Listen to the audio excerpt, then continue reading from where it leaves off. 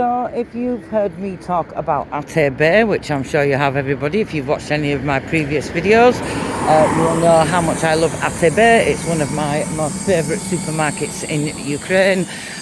This is the big one over here, the black one that I was telling you all about. They are much bigger than the rest, and you can get an incredible amount of products there. This is actually also in Dnipro the other day. Russia hit an KAB warehouse. So that, if you are wondering when you've seen that in the news what that means, that's what it means. It's a warehouse that supplies the KAB supermarkets all across the oblast, all across the region, and probably into other regions as well. So this is what Russia likes to hit every single day. Civilian infrastructure. They don't hit military targets. You can see the old Soviet blocks in the background there, those style of things there, but again, look at all the beautiful green areas. That's a doggy park there. This is one of the wonderful things that they have all over Ukraine. As well as children's play areas, there are also activity areas for dogs. You can see several dogs in there, look, and then the little things for them to run over, climb over, etc., that type of thing. Next, we come along here.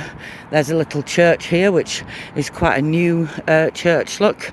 So I'm just walking back up now. One of the previous videos, if you look in the playlist, shows you the palace of sports, the sports palace, where Russia hit with KABs last year, whilst I was here actually in this district. As I was telling you all earlier, the whole team who were volunteering at the time all got blew back in the blast wave. Everybody was stunned. It was a miracle actually somebody didn't get hurt with shrapnel, because we were all covered in glass and dust. This here, you can see some works going on. Look, they are laying some new piping and things like that. Well, that's kind of interesting. Look at that, there we go. I would assume a water piping or sewerage or some kind of thing like that. So life goes on here. Things get repaired, things get replaced very quickly, things get modernised, as is life anywhere. So you can see some of the concrete structures there that have been taken out, which will go over the top of those pipes to protect them. They will get put back in when the new pipework is laid, and that will protect them in some kind of way from the earth on top, and of course from the weather, water, cold, damp. So we're going to cross back over here now. This takes us to the sports palace. So I'm going to keep the camera going whilst we go across the road here, and then you will be able to get a closer look at the sports palace that I was talking about earlier on. There is a little video in the playlist if you have a look, where I did a quick pan around for you all to see that. So we're going to go and take a closer look now, and you'll be able to see the destruction that Russia carries out in contrast with the daily life that goes on. You can see, look, the mural there on the wall, so you can tell that you're coming to an area where sports is played. Look, the Palace de Sports. One day I will be able to show you when the fountains come back on. I might take a closer look now actually, and just show you what it looks like when the water's not coming out. It's beautiful when the water's coming out. What happens is they go at all different levels all the time, up and down, all over the place. So it's not just a case of the water comes out and squirts out and that's it. They go up and down and up and down. You can see, look what happened here. There, look, you can see the blast wave, even though it's that building over there that was hit. And you can see the dent in the roof where one of the KABs went directly into the building. This close here, you can see, look, how it's been damaged by fire, and all the windows were blown out because of the blast wave. This repair work is still underway, as you can see the JCBs and things in the background there, look.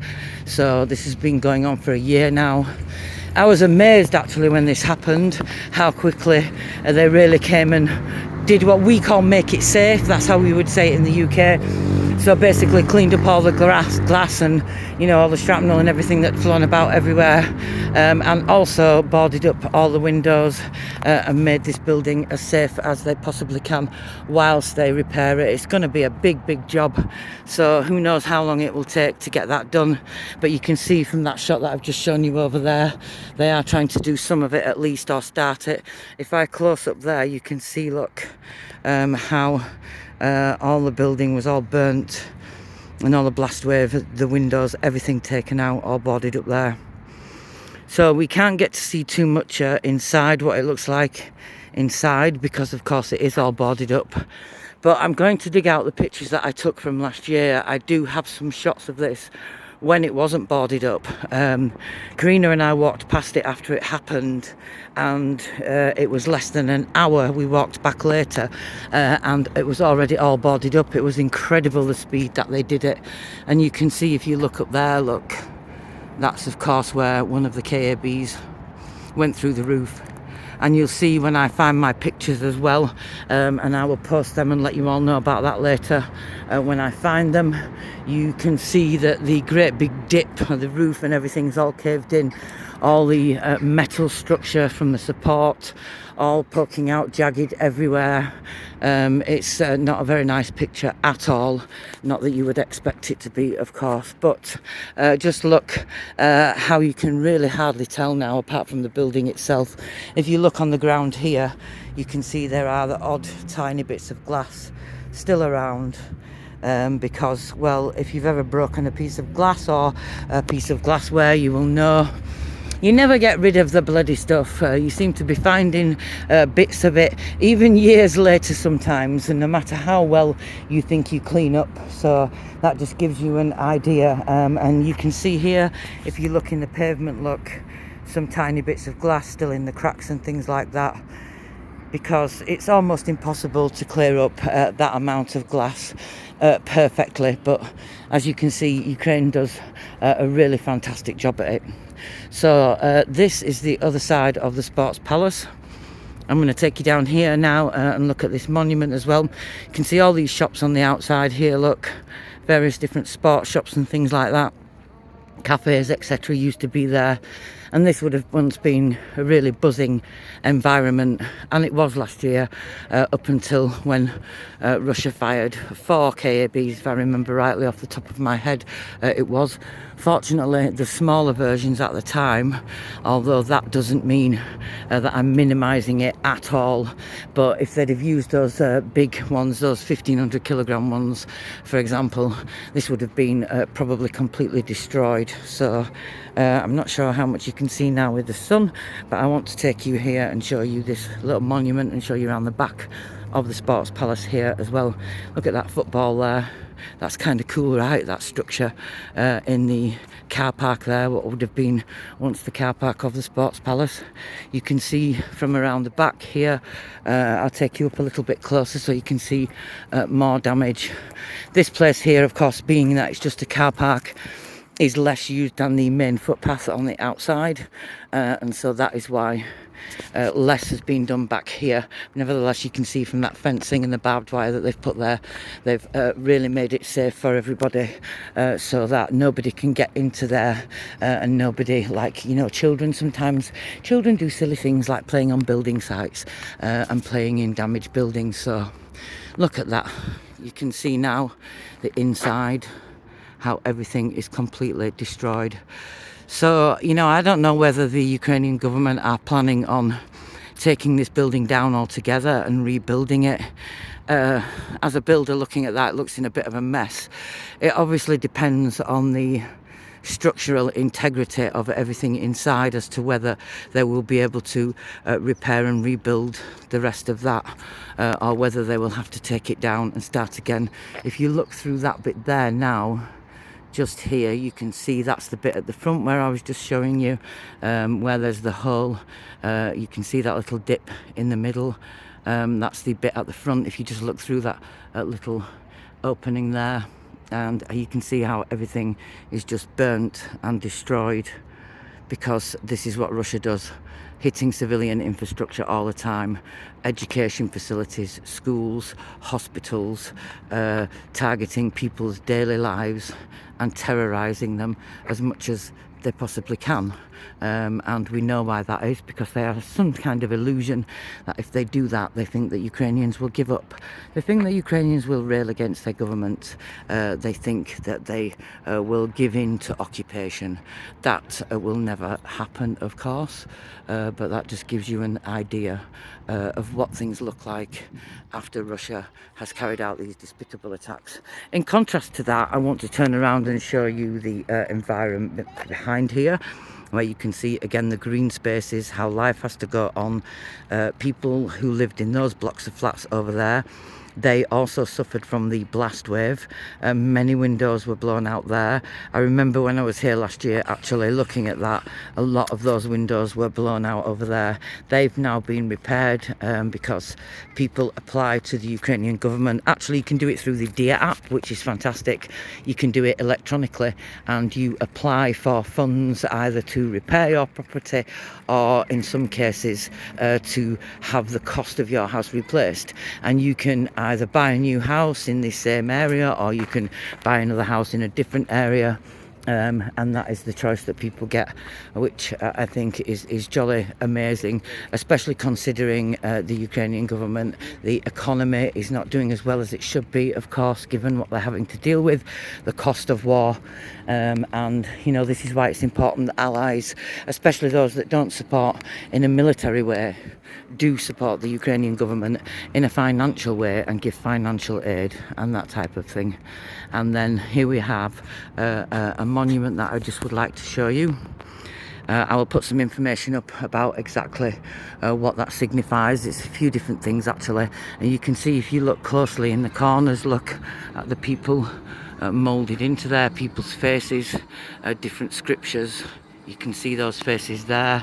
Look, I think it's a really, really unique monument and absolutely beautiful. Really very elegant. So you can see that, and then I'll just give you a quick shot of the climbing wall at the background. Look, you can see this is the climbing wall here, and if you see, look on top there, you see at the top of the climbing wall, you can see, I think, look, somebody waving the Ukrainian flag up there. And so this is where people will practice, and this of course is still able to be used given that it's outside. Now I'm going to take you over here and show you this fountain that I was talking about. Karina and I were sitting here last year actually, and it really is beautiful when all the different fountains are coming out at all the different levels. I'll try and get the video. I did take some video. I'll try and get some video and see if I can find that for you all to have a look at, and I'll add that to the playlist too. Look at the beautiful autumn trees in the background, and the sun is setting. It's still so beautifully warm here today. I'm actually wearing a vest, which is really incredible. And if you go up here, look, you can see all the different fountains. It's kind of like the Olympic statues and things like that, which makes sense because this is the Palace of Sports. But that's what it reminds me of, you know, like the Olympic, some kind of Olympic things. So normally this would be full with water here and the fountains would be going off. But of course it's not the time of year for that to be happening now. So it won't be very much longer, even though the weather is amazing here at the moment, before it gets to the point where the weather will be cold enough for that water to freeze. So coming back to the main road now, I'm going to be going back and getting on the metro very shortly and going back to where I came from today. So check out the rest of the videos if you've not seen them already. I'll be uploading them all in order. I'm going to try and put them in order as they happen today. The first one, me going on the metro, so you can kind of come along with me with my little trip and almost feel like you're here as much as you possibly can without actually being here, of course. Look at this incredible garden, and look at how neat and tidy the grass is. Some beautiful variety of flowers. Look at these purple ones over here. I wonder what they are. They are absolutely fascinating. I have to find out what they are. So I'm going to go up and take a closer look at them, because I have this amazing app that tells me exactly what each plant is. And I loved it when I came to Ukraine last year, using that for the first time, especially when I was in rural Cherkasy, and you know, we had to stop for a wee at the side of the road, for example, because we were travelling for miles, several hours travelling from one oblast to the next to go help more Ukrainian people. Look at those purple leaves, how incredible they are. Wow. If anyone can tell me what that is, please tell me in the comments. Otherwise, I will find out and tell you all about it. And don't forget to like. If you're liking these videos, give us a thumbs up. Also consider making a comment, because that lets me know what it is that you like looking at, if you're finding these things interesting or not, and whether you want me to tailor these a little bit to what you'd like to look at. This is where I was at the other side of the road earlier on today. And I just have a little bit of a way to go now, and then I will be back at the metro station. I think it's about time I get myself a cup of coffee. And if you don't know, everybody, so much for Italy being the coffee capital of the world. I would disagree with that. I think Ukraine is the coffee capital of the world. First of all, that's because you'd be surprised to learn that coffee was here first. And there's a very interesting story about the history of coffee. And when a Ukrainian took some coffee beans to the rest of Europe, you can see in the background there, look, some more modern blocks that are being built for people to live at. And yeah, coffee, coming back to that and waffling on now. Not only do you get these coffee huts here that are open till like 9 o'clock and things like that everywhere you go, you also get these machines, you know, like you get drinks machines that are on the streets. Well, we don't have them in the streets in the UK. We have those vending machines in various places like train stations, public places, things like that, not just randomly on the street, because they would get robbed and they would get vandalised. That's how I'm ashamed to say. Even telephone boxes, when we used to have those in the UK, would get robbed and vandalised for the coins that people would put in them to make a telephone call. And I am ashamed to say that as a British person, because we have a lot to learn. I am really, really staggered by how civil society here, it really does remind me of civil society when I was a child. It's incredible the amount of similarities that I see, and I'm really quite staggered by that. So I think, you know, you all have to come here as well, because no matter how much you learn about Ukraine, you cannot get that perspective yourself unless you actually come here for an extended visit, or you live here. So your perspective certainly changes a lot once you've had the privilege to be able to come here and to be able to spend some time here. So coming back to the coffee machines all over the streets, I'm going to go find myself a wonderful coffee shop, or I'm going to go find myself one of these machines. And you know how much it is for a cup of coffee, everybody? It's like 45 hryvnia. That's not even a pound. I'll tell you something, it's a real culture shock when you've been here for a few months and you go back to the EU. I was absolutely gobsmacked, even though I know that this is the case, of going back through the train stations across Europe back to the UK and having to pay a ridiculous bloody amount, like £6 or €8 for a cup of coffee. Absolutely shocking. It really is a culture shock. So I'm sure many Ukrainians, when they left Ukraine, either as travellers or as refugees, also experienced this unfortunate culture shock. So down there you can see shops, the metro station is coming up, and I'm going to enjoy a great big cup of coffee. Yes, I know it's like, I don't know, 7 o'clock in the evening, something like that, but I drink coffee at any time of the day. So, Skarba Bachimas, see you all soon.